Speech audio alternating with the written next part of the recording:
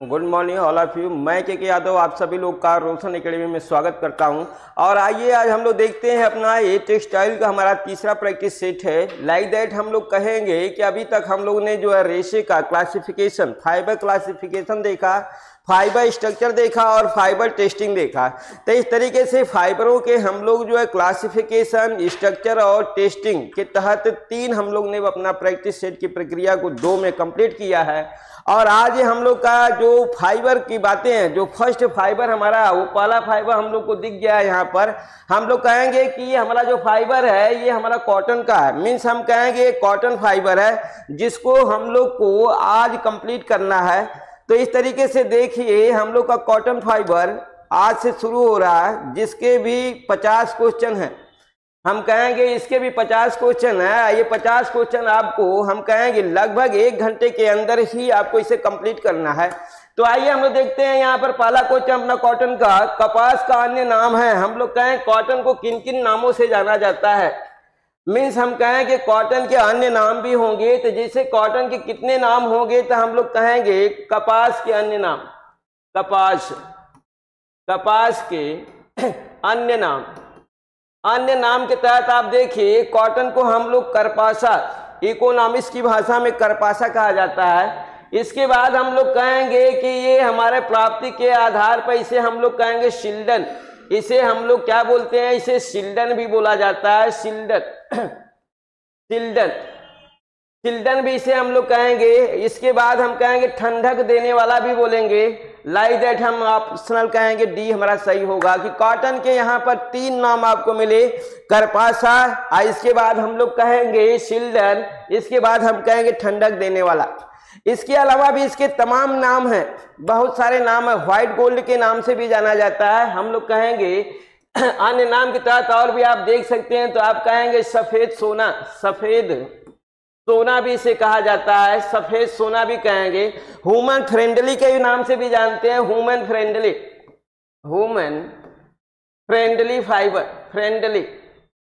Friendly fibre के नाम से भी इसे जाना जाता है, फाइबर के नाम से भी जाना जाता है।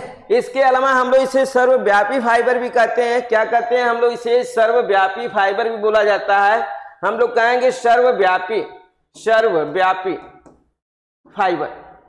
इस तरीके से इसके अन्य नाम, बहुत सारे नाम हैं। यहाँ पर आप इस तरीके से देख सकते हैं कि कॉटन के तमाम नाम होते हैं। तो इस तरीके से आपका ये पहला क्वेश्चन समाप्त हुआ। आते हैं हम लोग अपना दूसरा क्वेश्चन देखते हैं। देखिए दूसरा क्वेश्चन, कपास का जन्मदाता है, मीन्स कपास की उत्पत्ति कहाँ हुई थी। हम लोग कहेंगे किस देश में कॉटन की उत्पत्ति मानी जाती है, तो हम कहेंगे कॉटन की उत्पत्ति भारत से जानी जाती है। मीन्स हम लोग कहेंगे कपास का जो जन्मदाता है वो हमारा क्या होगा? भारत होगा। इसलिए हमारा दूसरा ऑप्शन क्या मिलता है? ए होता है। आइए अगला क्वेश्चन हम लोग देखते हैं अपना क्वेश्चन नंबर 3। देखिए कपास की उत्पत्ति मानी जाती है। कपास की उत्पत्ति कब से मानी जाती है, तो हम लोग क्या कहेंगे कि कपास की उत्पत्ति के लिए समय काल दिया गया है 2500 ईसा पूर्व। हम कहेंगे 2500 ईसा पूर्व, या हम कहेंगे 5000 ईसा पूर्व, या हमारा सी है हम कहेंगे 10,000 ईसा पूर्व। इस तरीके से आप देखिए आपके सामने 3 ऑप्शन यहाँ पर दिया गया है, चौथा ऑप्शनल नहीं है आपका। हम कहेंगे कि चौथा ऑप्शन भी आप ले लीजिए। हम लोग कहेंगे कोई नहीं। तो इस तरीके से आपका कॉटन की उत्पत्ति कब मानी जाती है? 2500 ईसा पूर्व, या 5000 ईसा पूर्व, या हम कहेंगे 10,000 ईसा पूर्व। तो हम लोग को मालूम है कि कॉटन की उत्पत्ति कब मानी जाती है। डी में हमारा कोई नहीं। क्या इसमें से कोई नहीं भी हो सकता है? हम लोग कहेंगे नहीं। हम लोग का यहाँ पर आएगा कि लगभग 10,000 ईसा पूर्व। कितना मानेंगे? 10 भी काउंट्स करते हैं, 5 भी काउंट्स किया जाता है, लेकिन यहाँ पर अगर बात की जाए तो 5000 को ही आप काउंट्स करिए। 5000 ईसा पूर्व हम लोग कहेंगे इसकी जो है उत्पत्ति मानी जाती है। अगला क्वेश्चन देखिए, चौथा क्वेश्चन हमारा है कपास की प्राप्ति सर्वप्रथम हुई कब प्राप्त हुई थी। हम लोग कहेंगे कॉटन की हमारी उत्पत्ति प्रक्रिया ईसा पूर्व 4वीं शताब्दी, 5वीं शताब्दी, 6वीं शताब्दी, या हम कहेंगे कोई नहीं। तो यहाँ पर देखिए डी ऑप्शन के तौर पर हम लोग ले लेंगे। यहाँ पर हम लोग कहेंगे डी कोई नहीं। तो इस तरीके से आपको मिला कपास की प्राप्ति सर्वप्रथम हुई थी ईसा पूर्व चौथी शताब्दी। हमारा ऑप्शन क्या होगा? ईसा पूर्व, ये चौथी को काउंट करना, ईसा पूर्व चौथी शताब्दी में हमारे क्या हुई थी? कॉटन की उत्पत्ति मानी गई थी। अगला क्वेश्चन देखिए, पांचवा क्वेश्चन हमारा, कपास के पेड़ की खोज की थी लगभग हम लोग कहेंगे 327 ईसा पूर्व, 327 ईसा पूर्व हम लोग कहेंगे कॉटन की खोज की गई थी। ये खोज किसने किया था? क्या भारतीयों ने किया था कपास की खोज? चीनियों ने किया था? यूनानियों ने किया था? हम लोग कहेंगे डी, इंग्लैंड ने किया था। तो इस तरीके से हम लोग क्या कह सकते हैं? यहाँ पर हम लोग कहेंगे कपास के खोज, कपास के पेड़ की खोज, कपास के पेड़ की खोज किसने किया था? हम लोग कहेंगे यूनानियों ने किया था। किसने किया था? यूनानियों ने किया था, ना कि भारतीयों ने किया था, चीनियों ने किया था। हम कहें यूनानियों ने भारत पर जब आक्रमण किया था तो उस समय वो जंगल झाड़ियों में रहते हुए आ रहे थे, उन्हें महसूस हुआ कि जिस पेड़ के नीचे वो बैठे हैं वहां पर गर्मी में भी काफी ठंडक महसूस हो रही है, तो उस समय इस पेड़ को जो है ठंडक प्रदान करने वाला पेड़ का नाम दिया, जिसे वहां के स्थान के अनुरूप उसे सिल्डन नाम दिया गया। अब बाद में उसका नाम भारतीयों ने कॉटन रख दिया।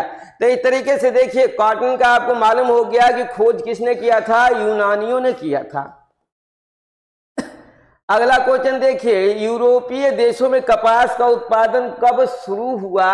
हम लोग कहेंगे यूरोपीय देश तो आप जान ही रहे होंगे, भारत, चीन, श्रीलंका, ये सब हमारे क्या यूरोपीय देश है। तो यहाँ पर यूरोपीय देशों में कपास का उत्पादन कब शुरू हुआ था? डी हम लोग कह सकते हैं 14वीं शताब्दी, 14वीं शताब्दी, 14वीं शताब्दी। तो इस तरीके से आपके सामने चार ऑप्शन यहाँ पर मिला। हम लोग कहें यूरोपीय देशों में मीन्स भारत की प्रक्रिया के तहत उत्पादन कब शुरू किया था? शुरू हुआ था 10वीं शताब्दी में, 13वीं शताब्दी में, 15वीं शताब्दी में। तो हम लोग क्या कहेंगे? हम लोग कहेंगे 13वीं शताब्दी में। उत्पादन कब शुरू हुआ था? हम लोग कहेंगे उत्पादन, कॉटन का उत्पादन भारत में 13वीं शताब्दी में शुरू किया गया था।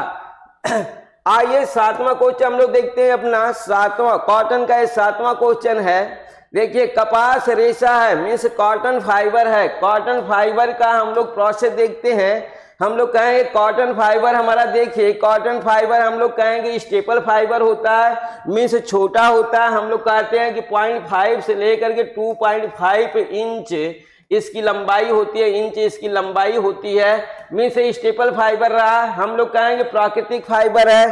फिर हम कहेंगे वनस्पति फाइबर है। हम कहेंगे कि डी सभी। तो इस तरीके से कपास का अगर हम लोग फैमिली देखिए, कपास की देखिए यहाँ पर फैमिली देखेंगे, फैमिली तो हम कहेंगे मालवेसी फैमिली होता है, मालवेसी, ये मालवेसी फैमिली का पौधा है।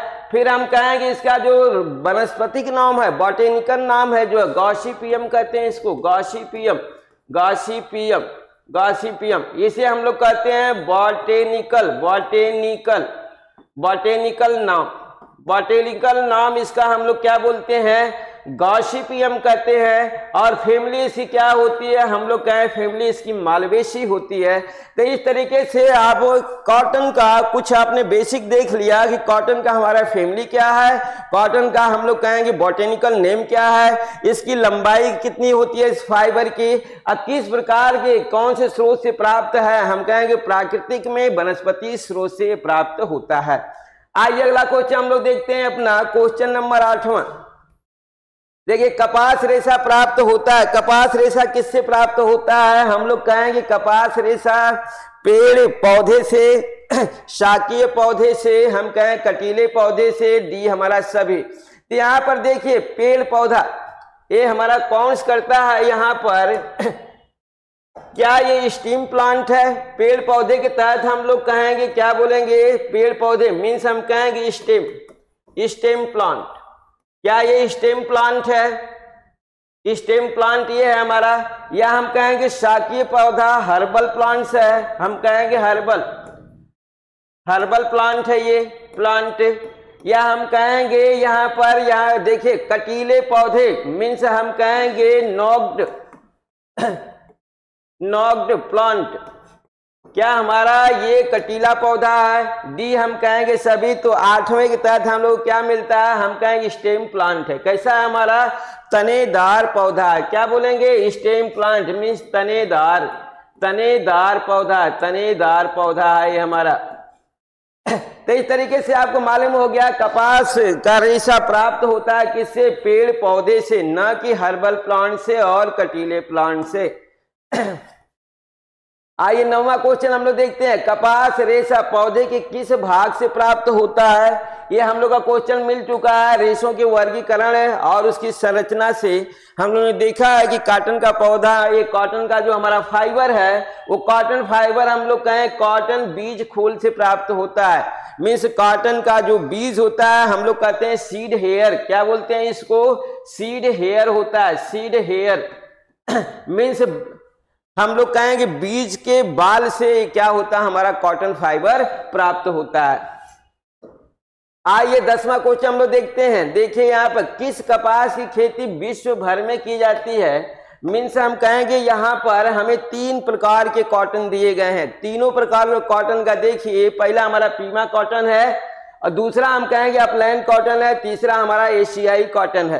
तो यहाँ पर देखिए तीनों कॉटन के प्रोसेस में हम लोग कहेंगे कि कपास खेती पूरे वर्ल्ड में, वर्ल्ड का प्रोसेस में, वर्ल्ड के प्रोसेस में हम लोग कहेंगे पूरे वर्ल्ड में कौन सा कॉटन पैदा किया जाता है? तो हम कहेंगे पूरे वर्ल्ड के प्रोसेस में हमारा अपलैंड कॉटन होता है। कौन होता है? Upland cotton. ये हम लोग कहेंगे पीमा कपास अमेरिका का है, ये अमेरिका का है। और एशियाई कपास हम लोग कहेंगे भारत चीन का है। भारत है, चीन है, श्रीलंका है, श्रीलंका है, श्रीलंका। इसके बाद हम कहेंगे नेपाल है, नेपाल है।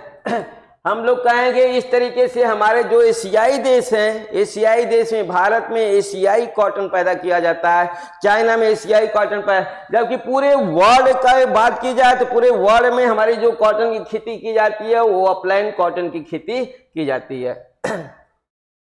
आइए 11वां क्वेश्चन हम लोग देखते हैं। देखिए सबसे अच्छी कॉटन है, सबसे अच्छी कॉटन हमारी कौन सी होगी? क्या भारत की होगी या हम कहेंगे जॉर्जिया की होगी?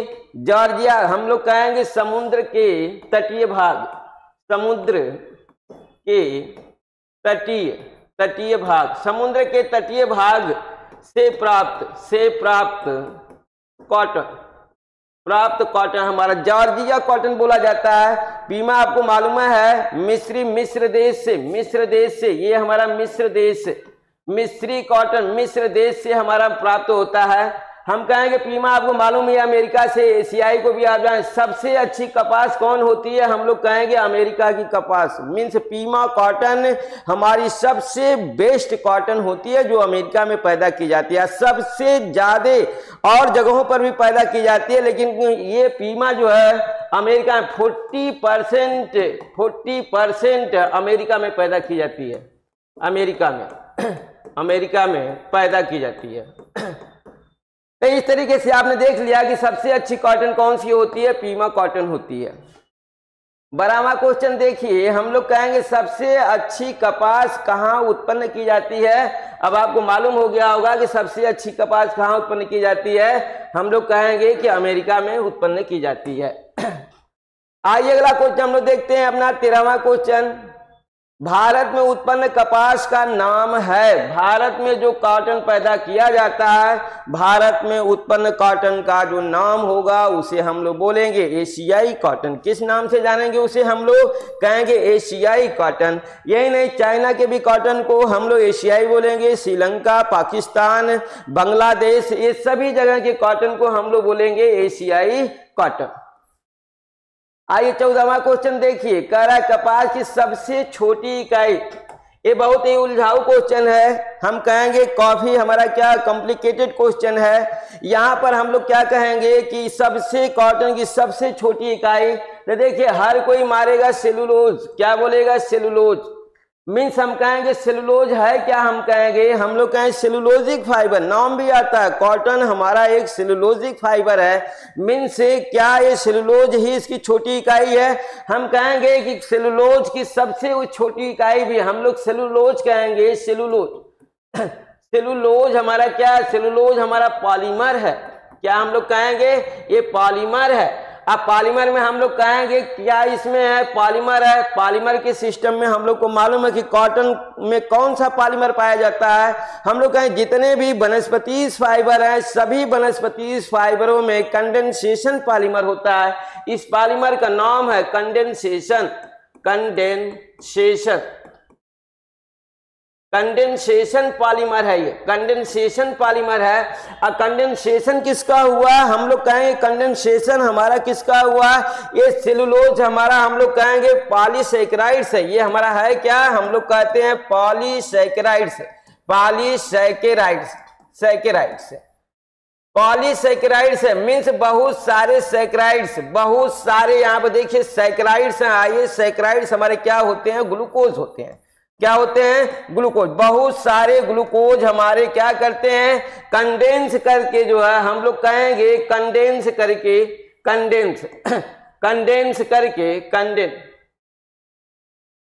कंडेंस करके बनाते हैं क्या? सेलुलोज बनाते हैं। सेलुलोज बनाएंगे। सेलुलोज। अब यहाँ पर कई सेलुलोज फिर आपस में मिल करके हमारे क्या बनाएंगे? कॉटन फाइबर बनाएंगे।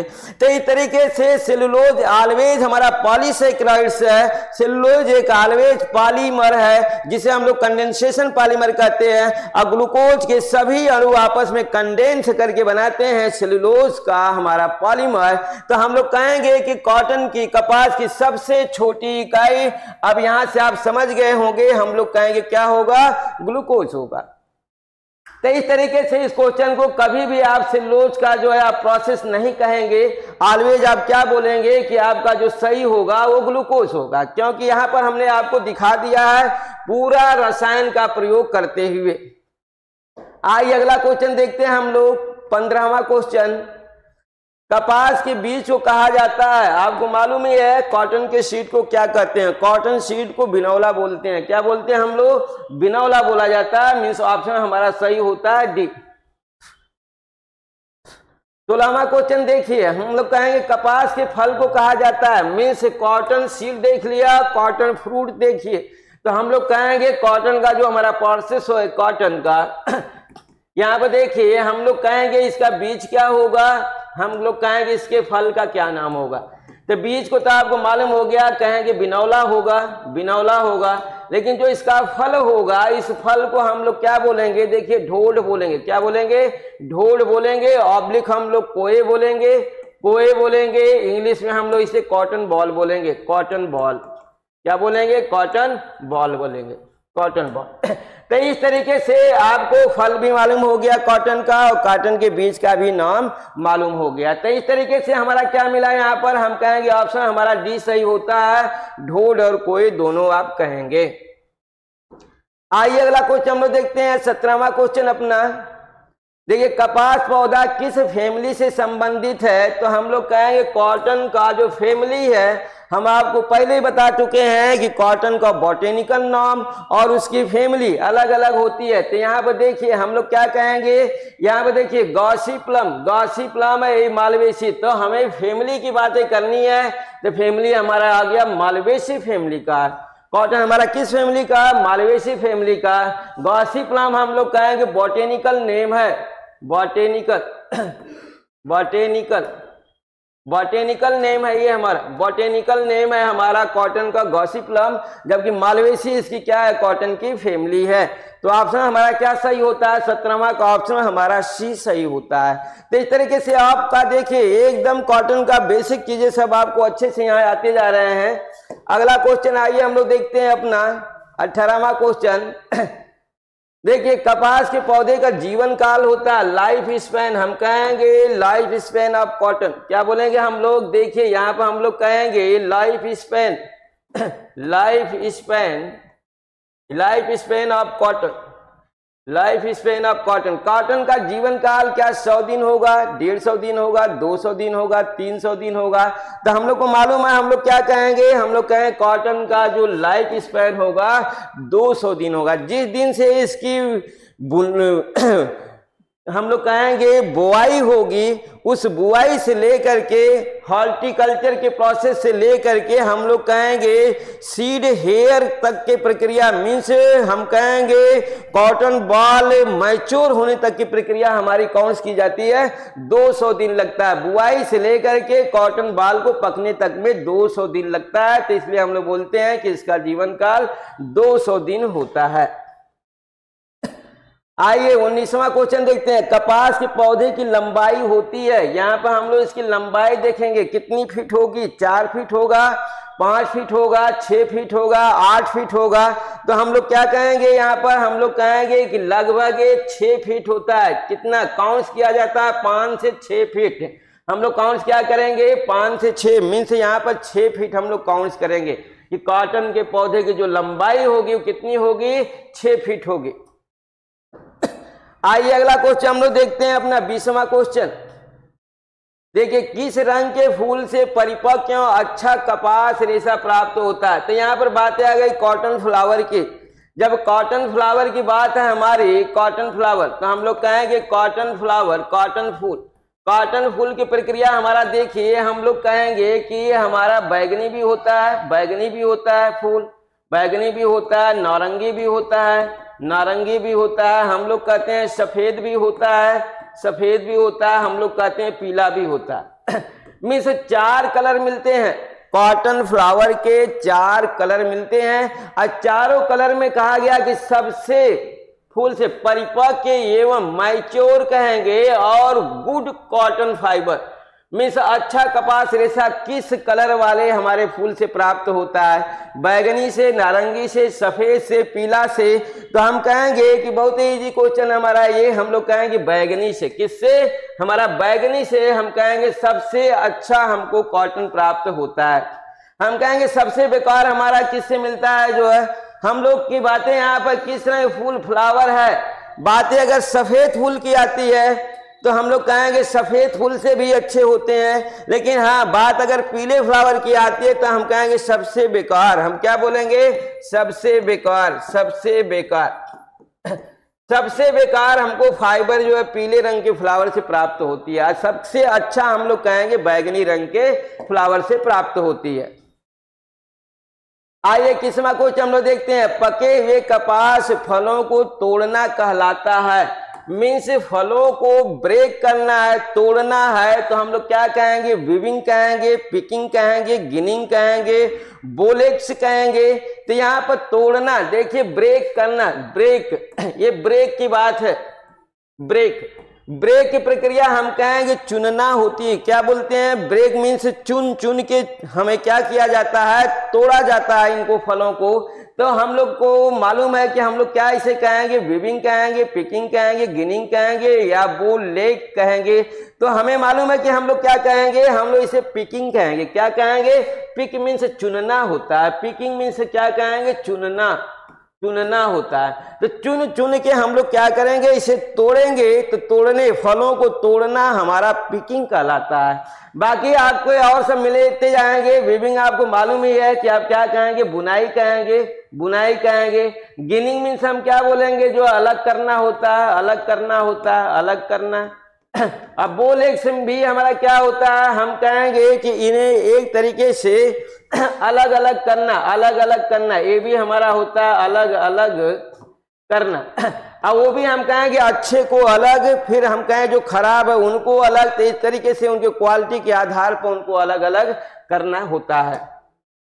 आइए हम लोग 22वां क्वेश्चन देखते हैं कि कपास के रेशे से अशुद्धियों का निकालना कहलाता है। यहाँ पर हम कहेंगे वेस्ट मटेरियल, जो हमारे कॉटन फाइबर में वेस्ट मटेरियल होते हैं, अशुद्धियां होती हैं, इस अशुद्धियों को निकालना, वेस्ट मटेरियल को निकालना क्या बोला जाएगा, हम क्या कहेंगे, गिनिंग बोला जाएगा। ये गिनिंग का प्रोसेस है। ये गिनिंग होगा या वेलिंग होगा या गैदरिंग होगा या ब्लेंडिंग होगा। तो हम लोग को मालूम है कि हम लोग इसे क्या कहेंगे, हम लोग कहें अशुद्धियों को निकालना हमारा गिनिंग कहलाता है जो है। अब देखिए वेलिंग के तहत हम लोग क्या कहते हैं, बांधना कहते हैं, रेशों को बांधना, रेशे को बांधना कहते हैं, बांधना, गीली, वेलिंग, बांधना, गैदरिंग मीन से रेशों को इकट्ठा करना कहते हैं, या हम लोग कहते हैं यहाँ पर ढोढ़ को इकट्ठा करना, ढोढ़ को इकट्ठा करना, इकट्ठा करना, ढोढ़ को इकट्ठा करना। ब्लेंडिंग हम लोग कहेंगे रेशों को मिश्रित करना, रेशों को मिश्रित करना, रेशों को मिश्रित करना, ये हमारा ब्लेंडिंग की प्रक्रिया होती है। तो इस तरीके से अशुद्धियों को बाहर निकालना हम लोग को मालूम हो गया कि हम लोग क्या बोलेंगे, अशुद्धियों को निकालना हमारा बोला जाता है गिनिंग। आइए अगला क्वेश्चन हम लोग देखते हैं, क्वेश्चन नंबर हमारा 23।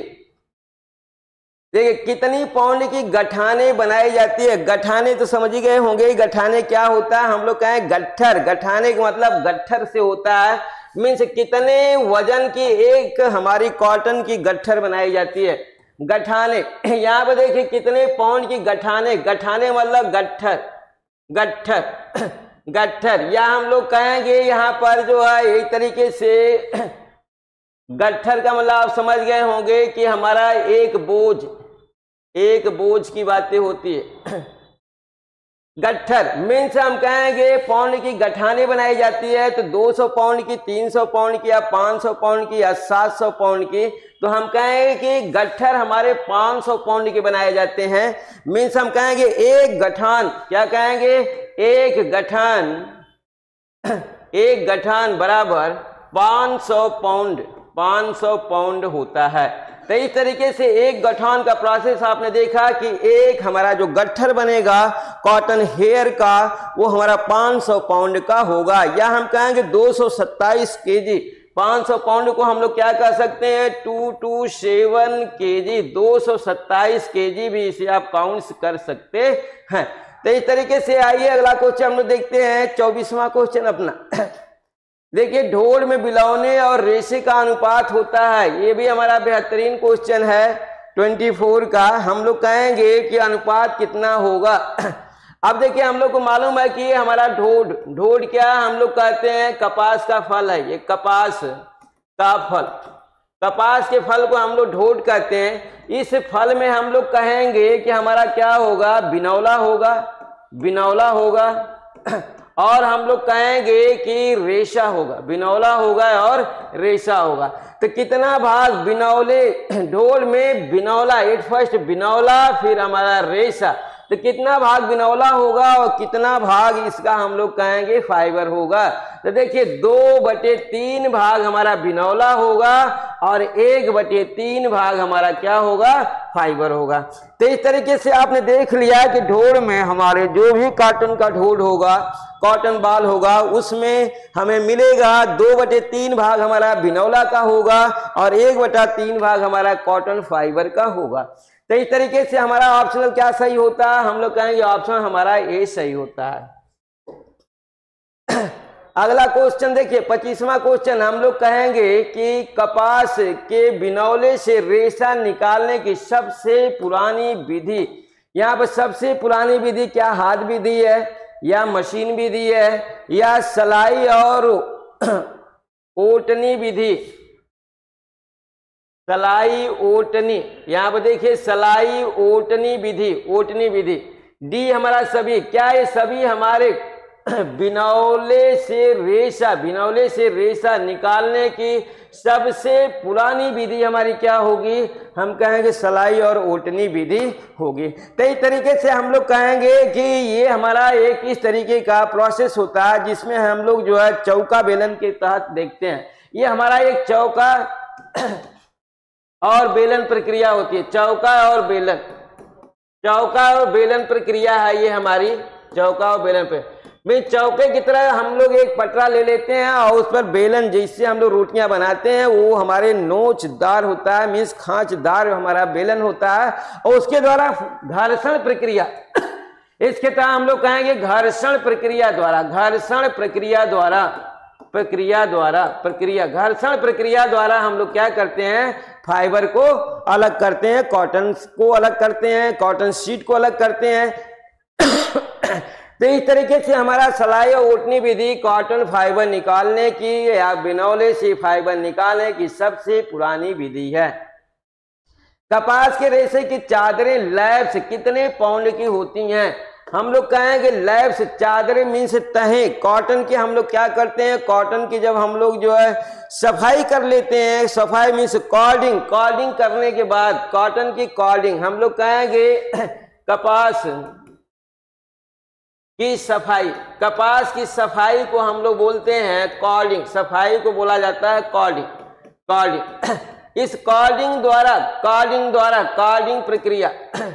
कॉर्डिंग प्रक्रिया द्वारा हम लोग कहेंगे कि कपास की सफाई की जाती है, और सफाई करने के बाद ये हम लोग कहेंगे साफ कॉटन, हमारा साफ कॉटन की लैप्स बनाई जाती है, लैप्स हम कहेंगे चद्दर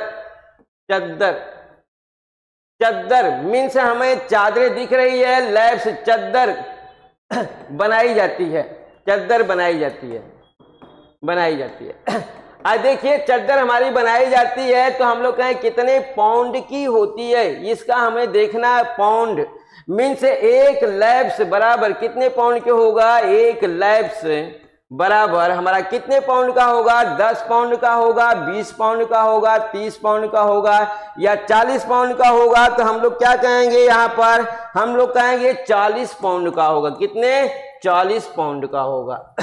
तो इस तरीके से आप देखिए हम लोग जो चादरें बनाए कॉर्डिंग के बाद, कॉटन की हम लोग कॉर्डिंग प्रक्रिया द्वारा धुनाई करके उसकी सफाई करेंगे और उससे फिर हम तहें बनाएंगे, और उस तह का हमारा क्या होगा, एक लैप्स बनाएंगे, एक तह बनाएंगे, उस तह का जो वजन होगा वो हमारा 40 पाउंड का होगा। तो इस तरीके से आपको मालूम हो गया कि लैप्स मीन्स चादरें होती हैं जो कॉटन की बनाई जाती हैं।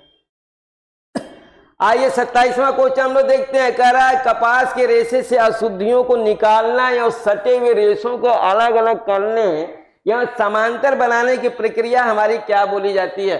तो हम लोग कहेंगे कॉटन फाइबर फॉर्मेशन की बातें हैं, या manufacturing of cotton means cotton का निर्माण प्रक्रिया हमारी है। तो इसमें कौन सी प्रक्रिया, कॉटन की कौन सी निर्माण प्रक्रिया का प्रयोग किया गया, किसके लिए, हम लोग कहेंगे अशुद्धियों को निकालने के लिए, सटे हुए रेशों को अलग अलग करने के लिए, और उन्हें हम लोग कहेंगे पैरेलल बनाने के लिए, समांतर बनाने के लिए। तो हम लोग कहेंगे इसके लिए हम लोग कॉर्डिंग का प्रयोग करेंगे। क्या इसका प्रयोग करेंगे, कॉर्डिंग मीन्स हम लोग कहेंगे धुनाई। क्या कहेंगे, धुनाई प्रक्रिया द्वारा हम लोग जो है क्या करेंगे, अशुद्धियों को कॉटन फाइबर से दूर करेंगे, उनके उलझे हुए रेशों को क्या करेंगे, अलग अलग करेंगे और उन्हें समांतर बनाएंगे। इसके बाद उसका फिर हम लोग लैप्स बनाएंगे, मीन्स चादरें बनाएंगे। आइए अगला क्वेश्चन हम लोग देखते हैं। 28वां क्वेश्चन देखिए, पुनिया का व्यास होता है, तो हम लोग कहेंगे पुनिया बनाएंगे, पुनिया। अब देखिए पहले तो हमने क्या बनाया, लैप्स बनाया। अब लैप्स के बाद हम लोग उसका क्या करेंगे, पुनिया बनाएंगे। अब पुनिया हमारी बनेगी, पुनिया का व्यास होता है, हम कहेंगे 1 इंच होगा, 2 इंच होगा, 3 इंच होगा, 4 इंच होगा। तो हम लोग को मालूम है कितना इंच होगा, हम लोग कहेंगे कि जो भी हम लोग कॉटन फाइबर की पुनिया बनाएंगे उसका जो व्यास होगा वो हमारा 1 इंच होगा। कितना होगा उसका व्यास, मीन्स हम कहेंगे व्यास मीन्स मोटाई, कितना, मोटाई। मोटाई कितनी होगी पुनिया की, हम लोग कहेंगे पुनिया की जो मोटाई होगी वो 1 इंच की होती है। इसी पुनिया को आगे हम लोग क्या करेंगे, आगे हम लोग डबलिंग करेंगे, और डबलिंग के बाद फिर हम लोग इसकी कॉम्बिंग करेंगे, और कॉम्बिंग के बाद हम लोग इसकी जो है ड्रॉविंग करेंगे, ड्रॉविंग के बाद फिर हम लोग स्पाइनिंग करेंगे, इसके बाद स्पाइनिंग के बाद हम लोग क्या करेंगे, वीविंग करेंगे। तो इस तरीके से आप देखिए पुनिया का व्यास होता है 1 इंच होता है। आइए 29वां क्वेश्चन हम लोग देखते हैं। पुनिया में तनाव सामर्थ्य पाया जाता है, मीन्स स्ट्रेंथ पावर, हम लोग क्या बोलेंगे, स्ट्रेंथ पावर कितना होता है, तनाव सामर्थ्य हम लोग कहेंगे स्ट्रेंथ पावर। स्ट्रेंथ पावर क्या होगा, हम लोग कहेंगे तनाव, पुनिया में, यहां पर देखिए पुनिया में तनाव सामर्थ्य पाया जाता है, कम पाया जाएगा, अधिक पाया जाएगा, अत्यधिक पाया जाएगा, डी हम लोग कहेंगे कोई नहीं। तो हम लोग कहेंगे कि हमारा एक कॉटन है, यहाँ पर तनाव सामर्थ्य होता ही नहीं। हम लोग कहेंगे केवल उनकी तहें बनाई गई हैं, ये तहों में हम लोग कहेंगे कि उसमें खींचने के बाद जो क्षमता उसको अलग जो न होने की वो होती ही नहीं। कॉटन की रुई को आप खींच करके देखेंगे तो तुरंत खुश करके निकल जाएगा। मीन्स हम लोग कहेंगे कि इसमें हमारा क्या होगा, स्ट्रेंथ पावर हमारा कम होता है। तो इस तरीके से हम लोग कहेंगे कि हमारा स्ट्रेंथ पावर क्या होता है, इसका बहुत ही कम होता है।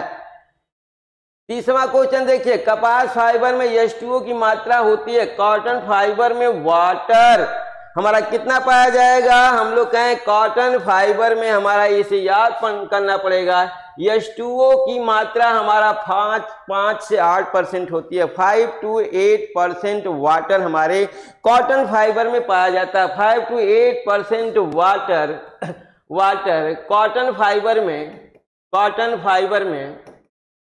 फाइबर में पाया जाता है।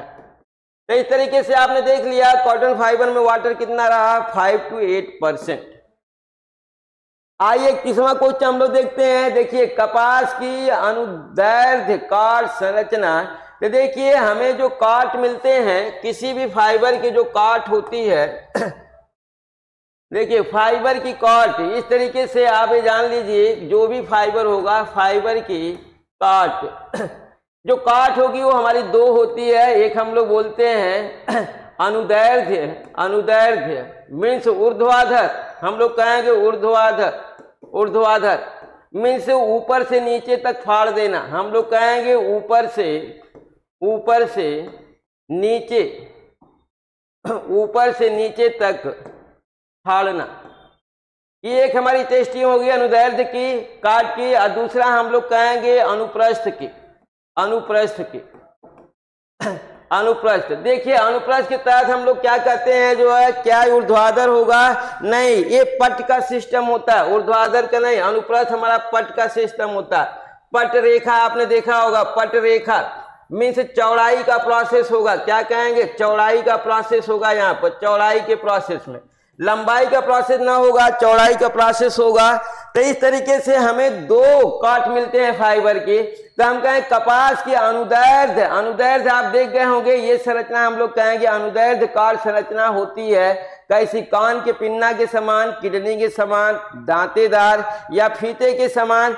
तो हम लोग क्या यहाँ पर बोलेंगे, हम लोग कहेंगे कि हमारी संरचना कैसी होगी, रिबन लाइक होगी। कैसी होगी,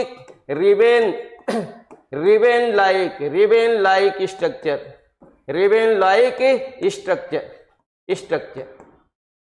लाइक स्ट्रक्चर होगी। तो इस तरीके से आपको मालूम हो गया कि अनुदैर्ध्य काट संरचना रिबन लाइक होगी। अब बाकी हम लोग कहें कान के पिन्ना और किडनी, ये हमारी संरचना कैसी होगी, ये अनुप्रस्थ की होगी। अनुप्रस्थ कॉटन की अनुप्रस्थ संरचना आपको देखिए यहाँ पर मिल गई, और अनुदैर्ध्य भी मिल गए। आपका क्वेश्चन रहा अनुदैर्ध्य काट संरचना हमारी कैसी रही, रिबन लाइक रही, और हम कहेंगे कि अनुप्रस्थ संरचना कैसी रही, हम लोग कहेंगे कान के पिन्ना या किडनी के समान होती है। आइए अगला क्वेश्चन हम लोग देखते हैं। 32वां क्वेश्चन देखिए, हम लोग कहेंगे सबसे अच्छी कपास में एठन प्रति इंच पाया जाता है। तो यहाँ पर देखिए हम लोग की बातें है, एठन मीन्स 1 इंच कॉटन फाइबर में कितने हम लोग कहेंगे ट्विस्ट पाए जाते हैं। तो देखिए यहाँ पर बातें है कि एक इंच कॉटन, 1 इंच कॉटन में कितने ट्विस्ट मीन्स एठन, हम क्या कहेंगे, एठन, कितने ट्विस्ट एठन पाए जाते हैं। सबसे अच्छी कॉटन के लिए मस्ट है कि हम लोग कॉटन के हम लोग ट्विस्ट को काउंट करें। मीन्स जो भी फाइबर होता है उस फाइबर का हमारा बेहतरीन होना ट्विस्ट पर निर्भर करता है। इसलिए जितने भी हमारे वेजिटेबल्स फाइबर होंगे और उन वेजिटेबल्स फाइबरों में हम सबसे ज्यादा इस ट्विस्ट को देखेंगे। जिसमें जितना ज्यादा ट्विस्ट होगा वो फाइबर हमारा उतना ही अच्छा होगा। तो इस तरीके से आप देखिए ट्विस्ट पर ही आधारित है इसकी हम लोग कहेंगे अच्छाई और मजबूती। सबसे अच्छा अच्छाई एवं मजबूती, एवं मजबूती को भी हम लोग इसी से काउंट करते हैं। तो इस तरीके से कॉटन की बातें सबसे अच्छी कपास में 800 प्रति इंच पाया जाता है। तो कितना पाया जाएगा, हम लोग कहेंगे 200 से 400, कितना 200 to 400 हमारे ट्विस्ट पाए जाएंगे। इतने हमारे क्या होंगे, ट्विस्ट होंगे, ट्विस्ट प्रति इंच। तो इस तरीके से हम लोग को मालूम हो गया कि सबसे अच्छे कॉटन में प्रति इंच कितने ट्विस्ट होंगे, 200 to 400। देखिए कपास के रेशे की लंबाई होती है, यहाँ इनकी विशेषता देखिए, लंबाई कितनी होती है, हम लोग कहेंगे इनकी लंबाई 1 से 2 इंच होगी, 2 से 4 इंच होगी, 0.5 से 1.5 इंच होगी, डी हम कहेंगे सभी होगी। तो देखिए यहाँ पर हम लोग कहेंगे कि इनकी लंबाई को काउंट किया जाएगा हम लोग का, यहाँ से जो आपका मालूम है कि 0.5 से लेकर के 2.5 इंच इतनी इसकी लंबाई होती है। तो इस तरीके से क्राइटेरिया हमारी 1 से लेकर के 2 इंच को हम लोग काउंट करेंगे। आइए अगला क्वेश्चन में देखते हैं, 34वां क्वेश्चन हमारा, कपास के रेशे का व्यास होता है। तो यहाँ पर व्यास की बात है, मीन्स हम लोग कहेंगे लंबाई तो आपने देख लिया। अब यहाँ पर कपास की आपने क्या देखा, कपास का आपने लंबाई देखा, लंबाई कितनी होती है कपास फाइबर, कपास रेशे की कपास रेशे लंबाई देखा। अब आप यहाँ पर चौड़ाई देख रहे हैं, इस चौड़ाई को हम लोग व्यास के नाम से जानते हैं, व्यास को। तो लंबाई तो आपने देख लिया कि 0.5 से लेकर के 2.5 इंच होती है कॉटन फाइबर की लंबाई। अब यहाँ पे व्यास देखिए हमारा कितना होगा, मीन्स चौड़ाई कितना होगा, 10 से 12 माइक्रोन। क्या बोलेंगे, इसे माइक्रोन लिखा जाता है, माइक्रोन। ये म्यू का प्रोसेस है, माइक्रोन इस तरीके के प्रोसेस है, इसे हम लोग म्यू पढ़ते हैं। म्यू मीन्स हम लोग कहते हैं, म्यू मीन्स माइक्रोन। ये सभी हमारा एच के प्रोसेस में लिखा गया है, हम लोग इसे हम क्या कहेंगे, म्यू बोलेंगे, माइक्रोन कहेंगे। तो कपास के रेशे का जो व्यास है या हम कहेंगे चौड़ाई है वो कितनी होती है, तो हम लोग को मालूम है चौड़ाई इसकी कितनी होगी, हम लोग क्या कहेंगे 10 से 12 माइक्रोन। कितनी होगी, 10 से 12 माइक्रोन इसका व्यास होता है। तो इस तरीके से 34वां क्वेश्चन का आपका आंसर मिल गया, हम लोग कहेंगे 10 से 12 माइक्रोन। 35वां क्वेश्चन देखिए, कपास के रेशे में प्राकृतिक चमक होती है। कपास के रेशे में कपास के रेशे में प्राकृतिक चमक मीन्स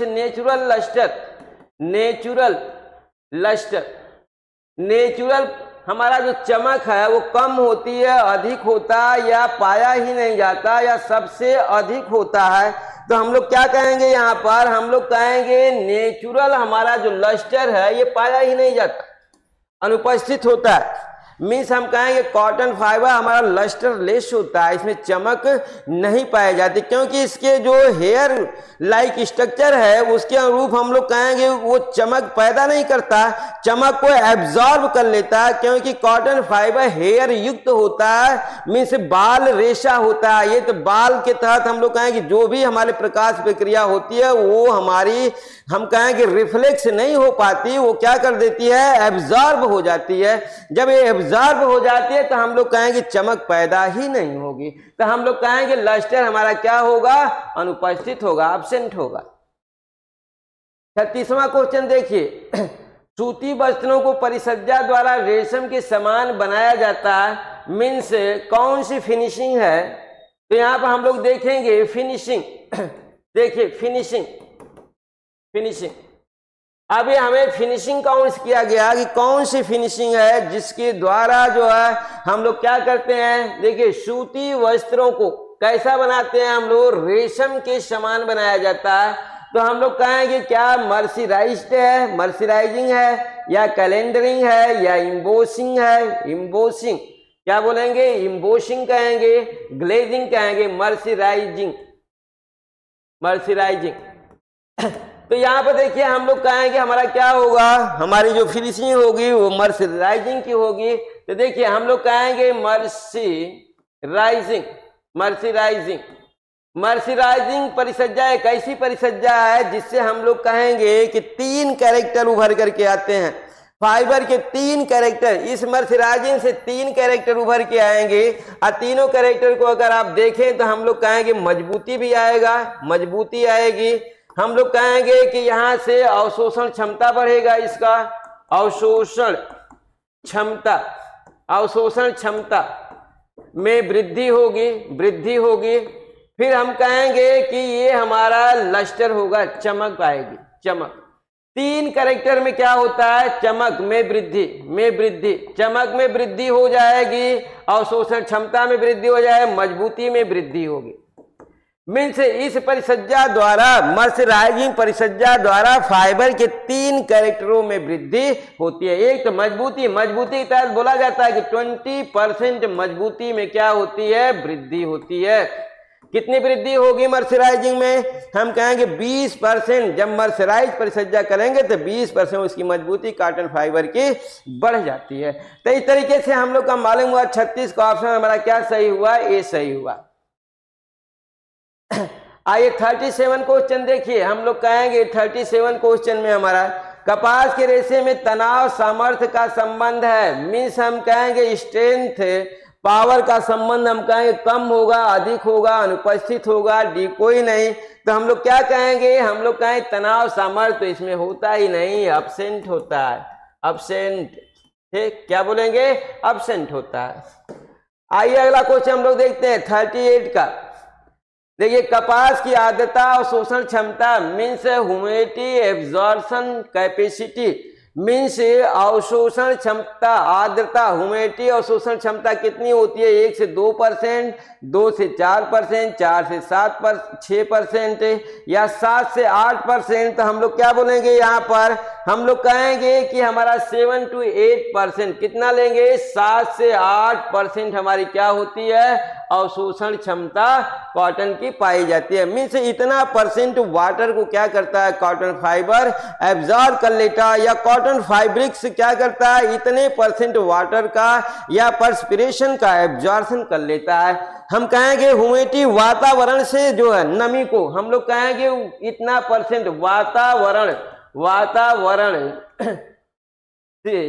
वातावरण से नमी को अवशोषित कर लेता है, अवशोषित कर लेता है।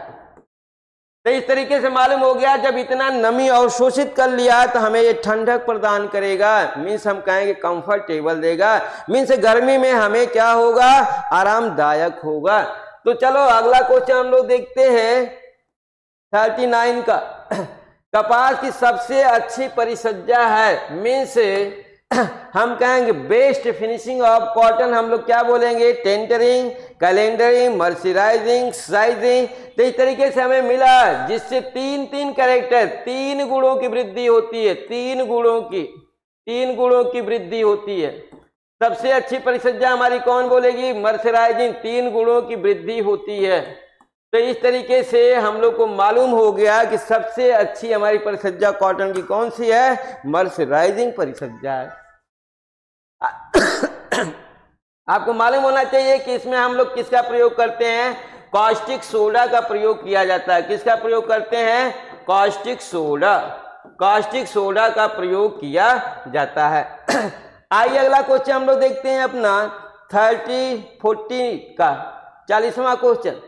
कपास का ब्लीच किया जाता है। देखिए ब्लीच हमारा एक ब्लीचिंग एजेंट के द्वारा किया जाता है। ये ब्लीचिंग हमारा एक, हम लोग कहेंगे कि हमारा एक केमिकल होता है। ब्लीच के तहत हम लोग कहेंगे देखिए ब्लीच हमारा एक केमिकल होता है, ब्लीच हमारा एक रसायन होता है, रसायन। ये रसायन हमारा एक ऐसा रसायन है जो प्राकृतिक रंगों को हटाकर सफेदी लाता है। हम कहेंगे रसायन एक रसायन है, हम कहेंगे प्राकृतिक रंगों को क्या करता है, प्राकृतिक रंगों को हटाकर सफेदी लाता है। सफेदी हटाकर देखिए क्या लाता है, सफेदी लाता है। इस प्रक्रिया को इस प्रक्रिया को ब्लीचिंग कहते हैं। इस प्रक्रिया को ब्लीचिंग कहते हैं। इस प्रक्रिया को ब्लीचिंग कहते हैं। तो इस तरीके का हम लोग को मालूम हुआ कि यहाँ पर क्वेश्चन में कपास का ब्लीच किया जाता है किसके द्वारा, कास्टिक सोडा द्वारा किया जाएगा, या सोडियम हाइड्रोक्लोराइड द्वारा किया जाएगा, या बोरेक्स द्वारा किया जाएगा, या साल्ट या हम कहेंगे लवण द्वारा किया जाएगा, साल्ट लवण द्वारा किया जाएगा। तो इस तरीके से कॉटन के हम लोग कहेंगे रंग को उड़ाना है। कॉटन का रंग आपको मालूम है कैसा होता है, क्रीम सफेद रंग का होता है, इसे व्हाइट में चेंज करना है। तो हम लोग किसका प्रयोग यहाँ पर करेंगे, हम लोग को मालूम है कि सोडियम हाइड्रोक्लोराइड, किसका प्रयोग करेंगे, सोडियम हाइपोक्लोराइड का प्रयोग किया जाता है। तो इस तरीके से हम लोग इसके द्वारा कॉटन के मिल्की कलर को हम लोग व्हाइट कलर में चेंज कर देंगे सोडियम हाइड्रोक्लोराइड द्वारा जो है। आइए अगला क्वेश्चन हम लोग देखते हैं 41वां क्वेश्चन। कपास के रेशे की अनुप्रस्थ कार्य संरचना होती है।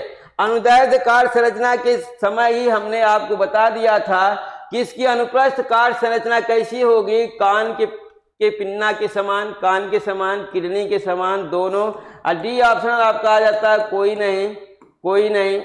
तो आप क्या कर सकते हैं, आप लगाएंगे ऑप्शनल, आपका क्या होगा, सी होगा। आइए अगला क्वेश्चन देखते हैं 42 का। कपास का प्रेस ताप है, मीन्स कॉटन को हम लोग क्या करेंगे देखिए ताप पर ले जाएंगे। तो यहाँ पर हमारा कॉटन का प्रोसेस है हमारा प्रेस ताप मीन्स कितने डिग्री सेल्सियस तापमान पर कपड़े को प्रेस किया जाएगा। हम कहेंगे कि प्रेस भी हमारी क्या है, एक हमारी आधारभूत परिसज्जा है। हम लोग कहेंगे कि यहाँ पर जो टेम्परेचर की काउंट्स है, तो यहाँ पर देखिए वस्त्रों को सीधा करना, वस्त्रों को सिकुड़न एवं सलवटों से मुक्त करना। दो प्रोसेस होता है, दो विधि होती है मुक्त करने की। एक तरीके से देखिए हम लोग कहेंगे एक हमारा होगा प्रेसिंग, एक प्रेसिंग होगा और दूसरा आयरनिंग होगा। क्या होगा, आयरनिंग होगा। तो देखिए प्रेसिंग की प्रक्रिया और आयरनिंग की प्रक्रिया हमारी अलग अलग होती है। यहाँ पर प्रेसिंग के तहत हम लोग कहेंगे प्रेसिंग किस पर किया जाएगा, हम लोग कहेंगे कि एनिमल फाइबर मीन्स प्राणीज रेशा पर हमारा प्रेसिंग किया जाता है। इसके बाद हम लोग कहेंगे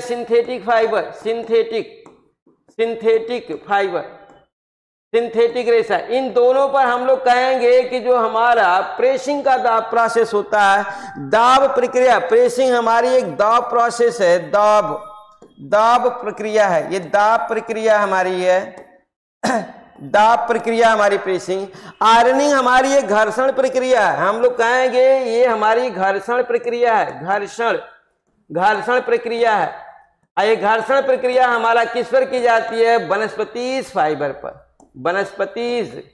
वनस्पति फाइबर पर।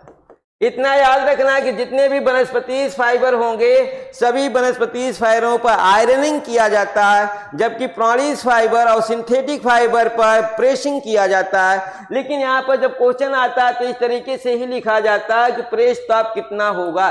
तो हम लोग को मालूम है कि 149 डिग्री सेल्सियस, कितना हम लोग कहेंगे 149 डिग्री सेल्सियस। क्या फ़ारेनहाइट वाला भी सही होगा, 42वां का देखिए हम लोग कहेंगे कि क्या फ़ारेनहाइट का भी सही होगा, तो हम कहेंगे नहीं, हमारा 149 डिग्री सेल्सियस हमारा क्या होता है, कॉटन प्रेस का तापमान होता है। आइए अगला क्वेश्चन हम लोग देखते हैं 43 का। कॉटन पर लगे दाग धब्बे छुड़ाए जाते हैं। कॉटन हमारा हम लोग कहेंगे कि ये इस पर लगा जो हमारा स्पॉलिश है, स्पॉट, जो भी हमारे स्पॉट लगे हैं, यहाँ पर दाग धब्बे लगे हैं, क्या आम्ल द्वारा हटाया जाएगा, क्षार द्वारा, उदासीन द्वारा, कोई नहीं। तो देखिए हम लोग कहेंगे दाग धब्बे, जिस पर भी दाग धब्बे आते हैं, दाग धब्बे हमारे छुड़ाने के लिए, दाग धब्बे हमारे कैसे छुड़ते हैं, हम लोग कहेंगे अम्ल द्वारा भी छोड़ते हैं, अम्ल द्वारा भी, अम्ल द्वारा, और हम लोग कहते हैं क्षार द्वारा। अम्ल और क्षार द्वारा दाग धब्बे हटाएं। अम्ल द्वारा हमारा प्राणीज फाइबर होगा, प्राणीज रेशे, प्राणीज रेशों पर लगे दाग धब्बे हम लोग कहेंगे सिंथेटिक, सिंथेटिक सिंथेटिक रेशे पर लगे दाग धब्बे। जबकि क्षार द्वारा हम लोग कहेंगे वनस्पतिज फाइबर, वनस्पतिज, जो भी वनस्पतिज हमारे फाइब्रिक्स होंगे उस पर लगे दाग धब्बों को हम लोग क्षार द्वारा हटाते हैं। यहाँ पर देखिए हमारा आ गया प्रोसेस किसके द्वारा, क्षार द्वारा। मीन्स कॉटन पर लगे दाग धब्बों को हम लोग अल्कलाइन घोल द्वारा क्या करेंगे, दूर करेंगे। मीन्स क्षारीय घोल द्वारा दूर किया जाता है। अगला क्वेश्चन आइए 44 का, देखिए मर्सराइज परिसज्जा में प्रयोग किया जाता है, तो हम लोग कहेंगे क्या प्रयोग किया जाएगा, हम लोग कहेंगे कॉस्टिक सोडा का प्रयोग किया जाता है। किसका प्रयोग किया जाएगा, पोटेशियम हाइड्रोक्साइड, इसका नाम है हम लोग कहेंगे potassium hydroxide, potassium, potassium hydroxide, hydroxide, potassium hydroxide, इसे कहेंगे ammonium hydroxide, ammonium hydroxide, hydroxide, ammonium hydroxide, और इसे हम लोग कहेंगे बोरेक्स, मीन्स सुहागा, सुहागा कहेंगे, सुहागा, और इसे हम लोग कहेंगे कॉस्टिक सोडा, कॉस्टिक सोडा। तो हम पहले ही बता चुके हैं आपको कि मर्सराइजिंग परिसज्जा में जो रसायन प्रयोग किया जाता है उस रसायन का नाम होता है कॉस्टिक सोडा। आइए अगला क्वेश्चन हम लोग देखते हैं 45वां क्वेश्चन। देखिए कपास का घनत्व विशिष्ट घनत्व होता है, मीन्स कॉटन का स्पेसिफिक ग्रेविटी कितनी होगी, हम लोग कहेंगे स्पेसिफिक ग्रेविटी, घनत्व और विशिष्ट घनत्व means specific, specific gravity, specific gravity हम लोग कहेंगे सबसे अधिक होगी 1.52, 1.32, 1.53 या 1.54, तो हम लोग कहेंगे कि इसका हमारा जो स्पेसिफिक ग्रेविटी होगा 1.54 होगा। कितना होगा, सबसे अधिक स्पेसिफिक ग्रेविटी हमारे फाइबरों में कॉटन की होती है। आइए कपास के बर्तनों को धोने के लिए सर्वोत्तम पदार्थ है किस पदार्थ, मीन्स क्लीनिंग एजेंट, किस क्लीनिंग एजेंट का प्रयोग हम लोग करेंगे अच्छे से सफाई करने के लिए। तो इस तरीके से हम लोग को मालूम है कि क्या हम लोग लेंगे, क्षार लेंगे या हम लोग कहेंगे अल्केलाइन घोल, अल्केलाइन घोल मीन्स अल्केलाइन सॉल्यूशन, क्या लेंगे, अल्केलाइन सॉल्यूशन, क्षारीय घोल। आइए 47 क्वेश्चन हमारा, कपास पर धूप की रोशनी का प्रभाव है, लाभदायक होगा, हानिकारक होगा, दोनों होगा। हम कहेंगे कोई प्रभाव नहीं होगा, तो हम लोग को मालूम है कि हार्मफुल होता है। क्या होगा, हार्मफुल, पीलापन आ जाएगा, हम लोग कहेंगे हानिकारक हो जाएगा। कॉटन का कपड़ा, कॉटन के कपड़े में, कपड़े में, कॉटन के कपड़े में पीलापन आ जाएगा, पीलापन, पीलापन, धूप में जब ज्यादा सुखाएं तो पीलापन आ जाता है, आ जाता है, जो हानिकारक होता है। मजबूती भी कमजोर हो जाती है, हम लोग कहते हैं हानिकारक, मजबूती, मजबूती कम हो जाती है, कम हो जाती है। तो इस तरीके से हानिकारक है हमारा क्या, धूप में सुखाना। अगला 48 क्वेश्चन देखिए, कपास की बुवाई की जाती है, मीन्स हॉर्टिकल्चर, मीन्स बुवाई कब की जाती है, हॉर्टिकल्चर का प्रोसेस आपको याद करना पड़ेगा, मार्च से मई, या हम कहेंगे अप्रैल मई, या फरवरी मार्च, या जुलाई अगस्त।